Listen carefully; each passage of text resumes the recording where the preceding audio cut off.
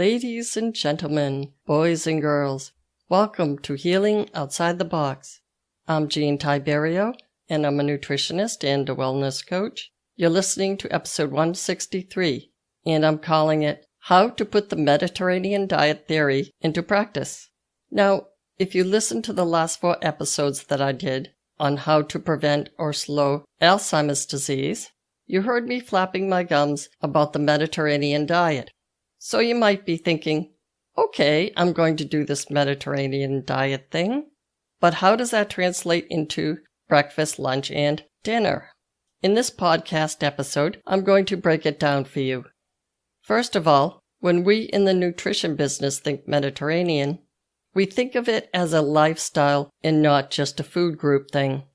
Most people think Greek when they think about Mediterranean food.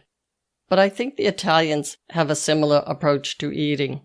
What they have in common is their love of food, pure and simple. They love the art of cooking. They breathe in the aroma of the food. They enjoy what they are eating. And probably are not counting calories. Not as much as we do, that is. Eating is a special occasion. The more people at the table, the better. They are having a good time. And I'm guessing, this is just a guess, that they don't have their heads plunged into their cell phones. Now, some may not, but this is the feeling we get when we think the Mediterranean diet and lifestyle.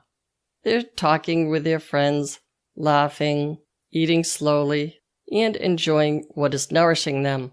So if they're eating all this good food, they must be fatter than us, right? No, actually not. It appears to be only the Europeans that have picked up the fast food way of life that are also picking up the pounds. Not only do they have less obesity, but they have less chronic disease and age slower than we do.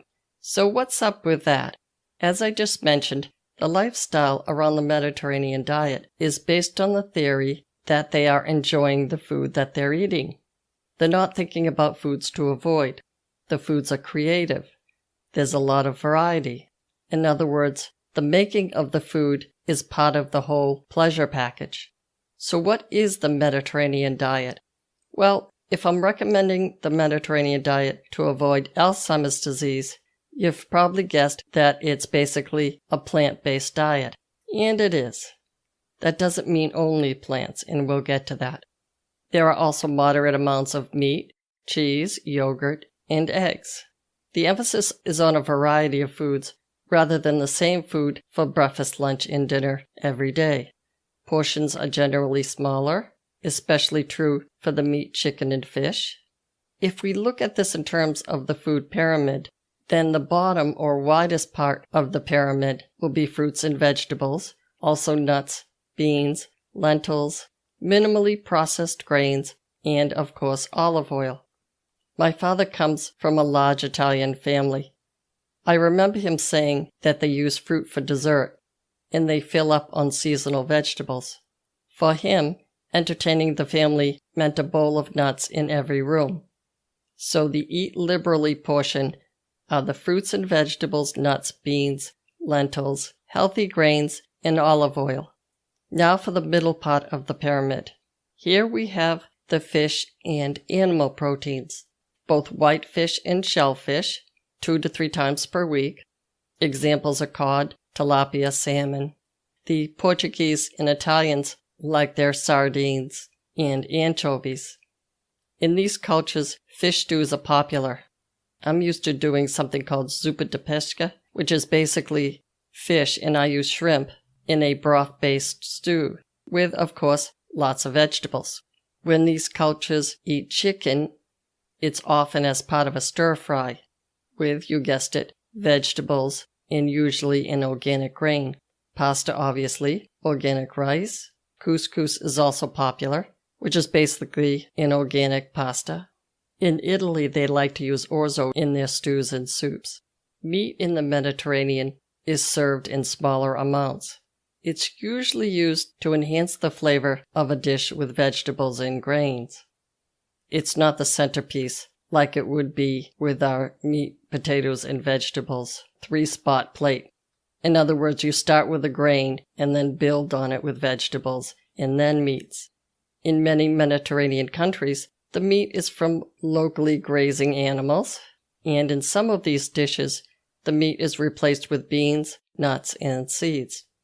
The Israelis and the Lebanese do that as well. By and large, Mediterranean people drink wine or water with their meals. To them, sweetened fruit juice drinks, like Hawaiian fruit punch, are just plain silly. It's not fruit, it's not really punch, and it's not from Hawaii. So what's up with that? Both yogurt and cheese are enjoyed by Mediterraneans, but again, the portion sizes may be smaller than ours.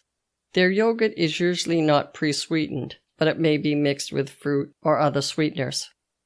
As for eggs, they're usually eaten as part of a meal, in other words, often lunch or supper. An example might be something like a frittata, where the eggs are mixed with vegetables and cooked with olive oil.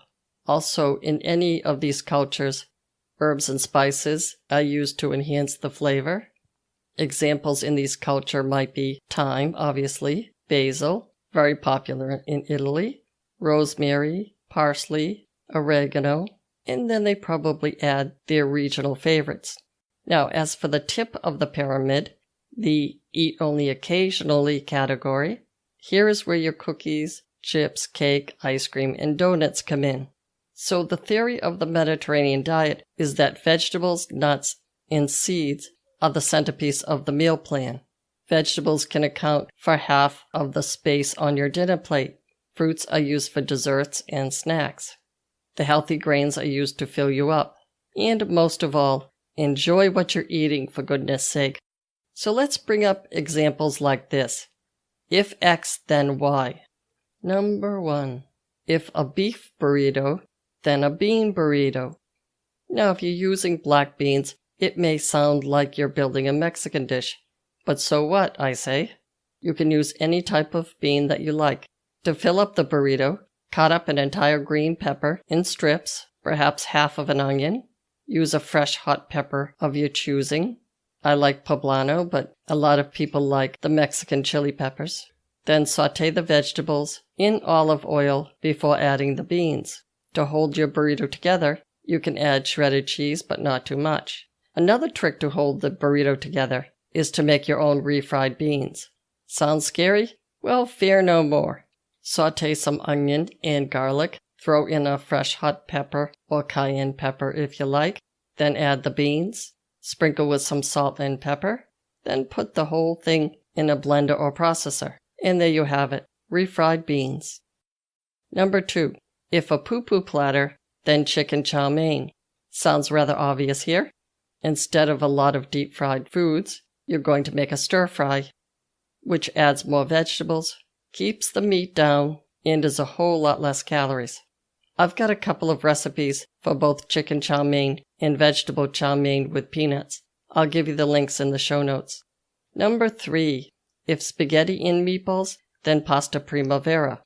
I think perhaps the best way for Americans to switch from meat, potato, vegetable to the Mediterranean diet, as I just mentioned, is to think about doing stir-fry recipes. Pasta primavera is the go-to stir-fry for Italians. It's basically mixed vegetables sautéed in a white wine with olive oil sauce. Then you add cooked, but not too cooked, thin pasta and mix it all together.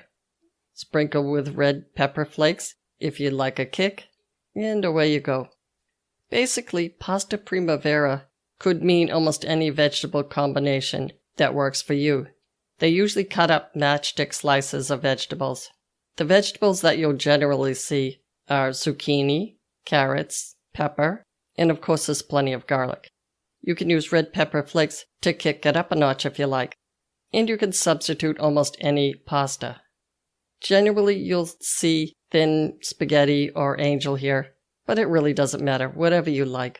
You can also add chicken or shrimp, and of course fresh basil. Finito. Number 4. If corn dogs, then falafel. I realize that this is a bit of a stretch, but falafel is good.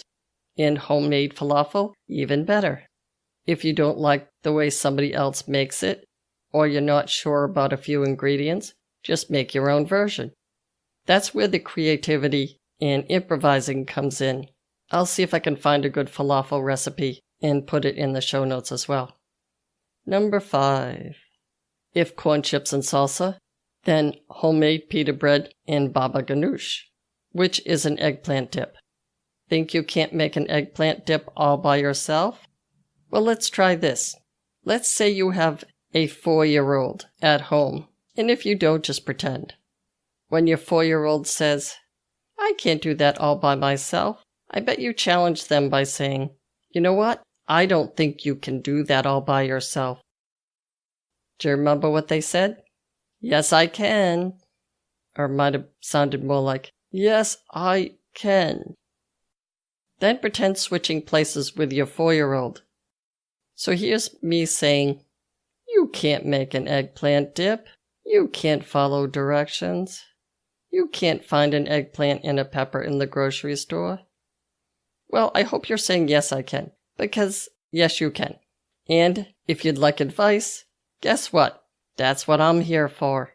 I'm going to make a short video where we make homemade pita bread at home, and we'll put together in the video a dip with eggplant and peppers, both roasted. And I'm going to try to make it yummy, because everyone tells me I'm like a cat. I always sniff things suspiciously, I try a little bit, and I'm very fussy. So if I like it, it has to be likable. Number 6. If cookies, then granola. Granola actually has a lot of Mediterranean ingredients. Oatmeal is always a good start. By the way, in my opinion, when ranking grains in terms of overall healthiness, oatmeal's at the top of the grain list. It's high in protein, fiber, and a lot of good stuff. Now the next ingredient is almonds, obviously a big nut. Then there is dates, sunflower seeds, honey, raisins, coconut flakes. You get the picture. And granola is great for breakfast as well as dessert, especially if you need something fast in the morning. So you're getting the general picture. Overall, you may want to approach a Mediterranean mindset from the perspective of abundance rather than scarcity or deprivation. This means adding more vegetables, of course fruits, beans, nuts, seeds, and healthy, and I'm going to say organic, whole grains. So if you're visualizing a plate, instead of meat, potato, vegetables in 3 piles, think of it like an orchestra. You start with your grains and you build with healthy, really tasty food. And when it comes to calories, forget about it. This mindset will naturally shift the proportion of your plate to less meat, cheese, and processed foods. And, last but not least, there's no place on the plate for ranch Doritos. Say arrivederci to those. If you have any questions, of course feel free to contact me. You can find me on my contact page on my website, which is healingoutsidethebox.com, and then just click contact at the top. If you'd like to hire me as your wellness coach to support you in your efforts, that would be really cool. I enjoy doing this for a living. Again, just contact me on my website, healingoutsidethebox.com, and then click contact. That's all I have for you today. Be well, and stay tuned next week for another episode of Healing Outside the Box.